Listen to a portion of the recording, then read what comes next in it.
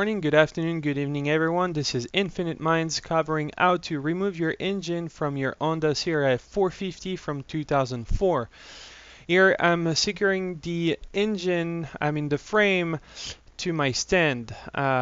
You better do it before you start moving your engine around, because if the frame falls down while you're trying to handle your engine, you won't have good news. So just secure it a minimum.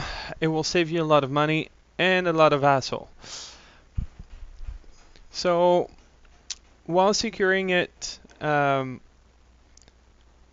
you can use two pieces like I used, straps whatsoever.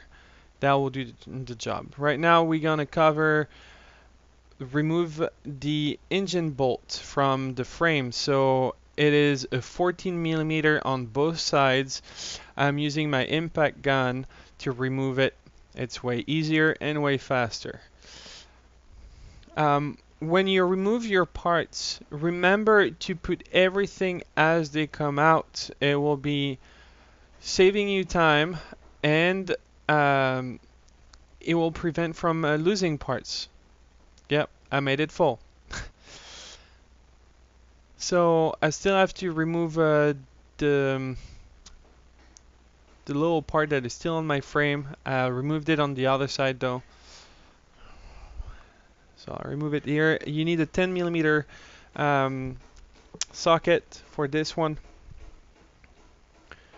I'll remove it and just put it back together with the other parts as it come off, of course. Now, all over the engine, the bolts that holds it are 14 millimeter, so it's easy to make sure that you're not losing any tools around. So just remove them all.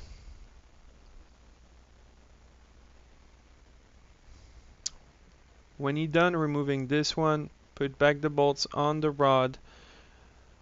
It's a simple process.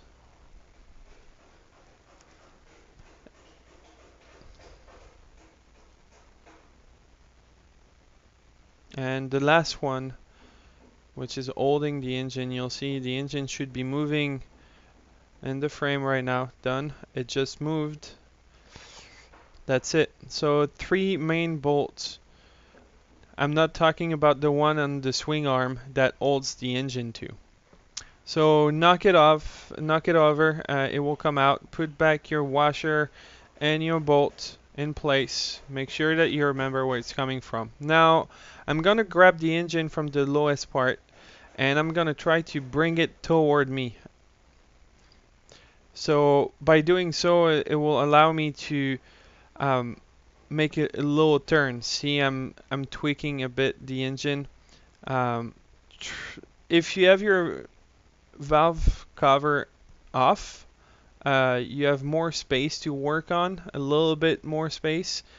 You can remove it, but be careful when you move it around, because you can touch something or damage the aluminium from your cylinder head, which will result in spending a little bit more money.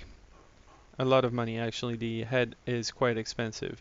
So watch carefully what you're doing, or have one of your friends over just to make sure that you're not knocking everything around.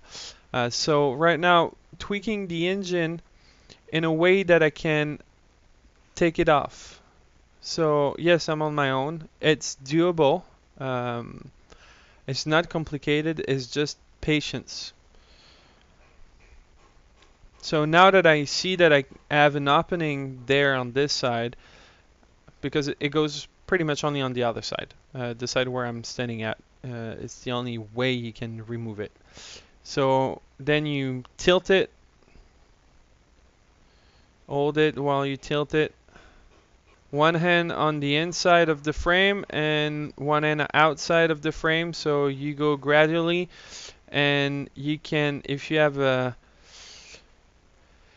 stand like mine, it will be easy for you to do it, because you can, of course, put it on.